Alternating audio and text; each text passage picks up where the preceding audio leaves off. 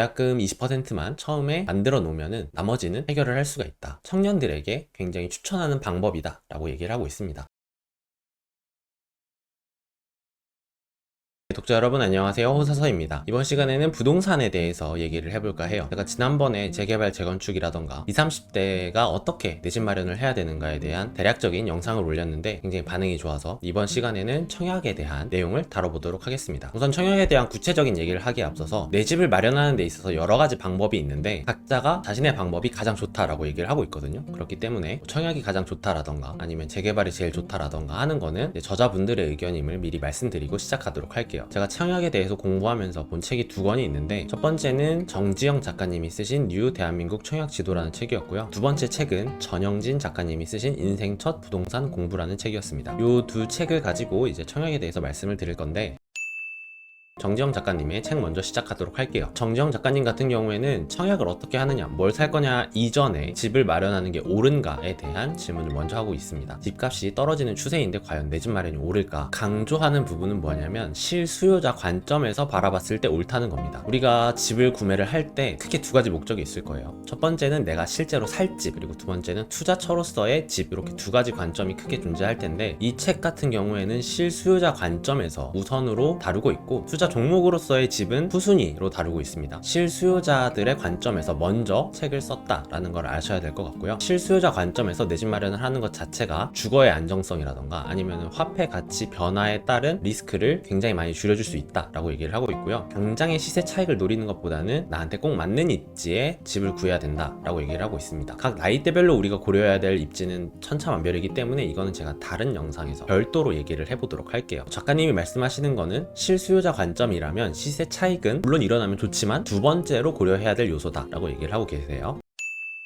제가 앞선 영상에서 재개발 재건축이 청약보다 청년들에게 유리하다라고 얘기를 했었는데 이 책의 저자님은 조금 다른 관점을 갖고 계세요. 청약을 청년들이 항상 고려해야 된다라고 하고 있습니다. 그러니까 청년한테 가장 유리하다 이렇게 얘기를 하진 않는데 청약을 완전히 배제해버린다던가 하는 그런 선택은 옳지 않다라고 얘기를 하고 있고 그 근거는 대다수의 청년들이 무주택자일 확률이 높기 때문이고요. 두 번째는 청약은 무주택자들에게 즉 청년들에게 한 개의 분양 단지에서 3번의 기회를 준다고 합니다. 그 3번의 기회라는 건 순서대로 가점제, 추첨제, 1주택자와 통합한 추첨제 이렇게 세 가지가 있는데 물론 이제 가점제에서 분양이 다 돼버렸다라고 하면 이제 추첨제는 안 올 텐데 여유분이 있다면 3번의 기회까지 올 수가 있다라고 얘기를 하고 있습니다. 모든 사람들이 좀 고민을 하는 게 저조차도 이거에 대해서 고민이 좀 많았는데 저한테 이제 청약이라는 제도는 생애 단 한 번 할 수 있다 요 정도의 느낌으로 다가오는데 그러다 보니까 수도권이 아닌 곳에 혹은 서울이 아닌 곳에 청약을 넣는 게 옳을까? 라는 생각도 들고 두 번째로는 신도시 같은 것들이 막 생기고 하는데 과연 내가 지금 쓰는 데가 최선일까? 라는 고민을 많이 하게 됩니다. 근데 이 책에서 말하는 거는 더 좋은 아파트가 나오면 어쩌지? 라는 고민을 하지 말라고 합니다. 물론 그런 고민도 필요하기는 한데 그 고민만 하다가 전부 다 놓친다는 거예요. 그래서 B급 전략도 전략이고 더 좋은 아파트는 당연히 나중에 더 치열한 경쟁이 일어날 거니까 A급 전략만 노리고 기회비용을 싹 다 날리는 것보단 B급으로 시작해서 어느 정도 여러 번 이사를 통해서 상급지로 갈아타는 전략이 오히려 더 나을 수 있다 라고 얘기를 하고 있고요. 이 부분은 저희 부모님께서도 하신 말씀이랑 일치하는 건데 집 주인은 이사를 다닐수록 돈을 번다 라고 합니다.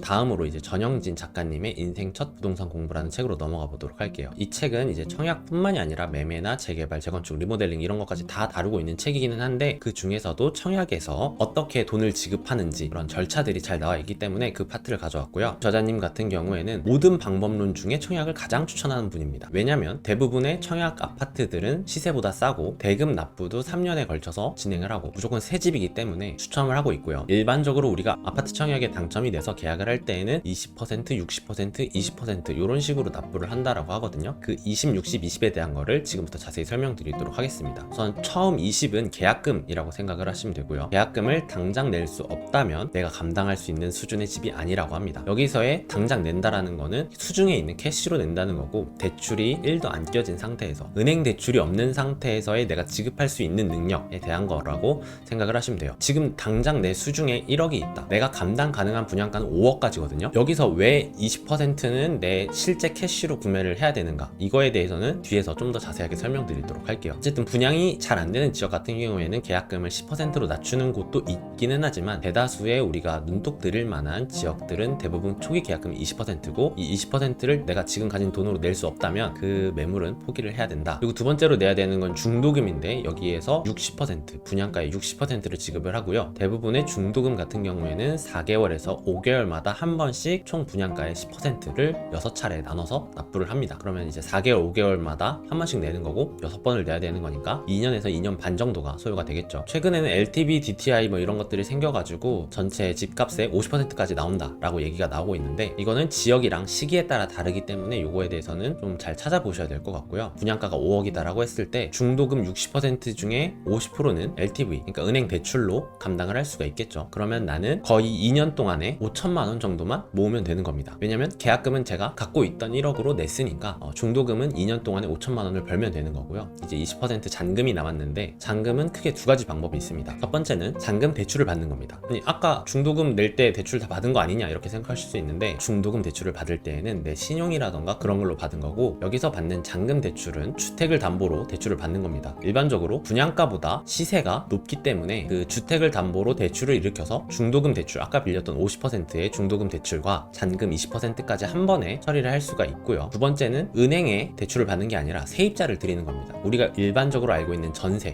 세입자를 받아서 그 세입자가 내는 전세금을 가지고 잔금을 처리를 하는 거죠. 이 보증금 가격에 따라서 잔금 대출을 아예 받을 필요가 없을 수도 있고요. 다만 여기서의 단점은 전세 세입자가 먼저 2년을 살기 때문에 새 집이 아니게 될 수도 있다라는 단점은 있겠죠. 청약을 했었을 때 우리가 예상 가능한 리스크가 세 가지 정도가 있는데 첫 번째는 부동산 가격이 갑자기 폭락을 해가지고 분양가보다 낮아지는 경우입니다. 우리가 아까 5억이라고 분양가를 설정을 했는데 갑자기 이게 시세가 5억보다 낮아진다면은 우리가 잔금 대출을 어떻게 할 수 없는 그런 상황이 올 수도 있겠죠. 두 번째는 대출 규제가 갑자기 너무 심각해져가지고 중도금 대출을 못 받는 경우가 나올 수도 있습니다. 그리고 마지막은 대출 이율이 갑자기 급등을 해서 은행에서 대출을 받았는데 이 50%에 해당하는 원리금이 너무 높아져서 신용 불량이 돼버리는 경우, 이 정도 세 가지가 우리가 예측할 수 있는 시나리오의 문제점이라고 보시면 되는데 사실 말씀드렸던 것들이 좀 다 극단적인 것들이긴 해가지고 청약 절차를 이행 못할 정도로 위험하다라고 하기에는 일반적으로 일어나는 그런 경우는 아니기 때문에 좀 안전하면서도 적은 돈으로 우리가 내 집 마련을 할 수 있다라고 볼 수 있겠어요. 좀 정리를 하면은 계약금 20%만 처음에 만들어 놓으면은 나머지는 어떻게 해서든 과정에서 대출을 받고 하면서 해결을 할 수가 있다. 청년들에게 굉장히 추천하는 방법이다 라고 얘기를 하고 있습니다. 다음 시간에서는 나이대별 우리가 고려해야 될 입지는 뭘까, 우리가 어떻게 내 집 마련을 할 수 있을까, 그런 전략들에 대해서 알아보는 시간을 가져보도록 하겠습니다. 오늘도 긴 영상 시청해주셔서 감사합니다. 구독과 좋아요도 감사합니다.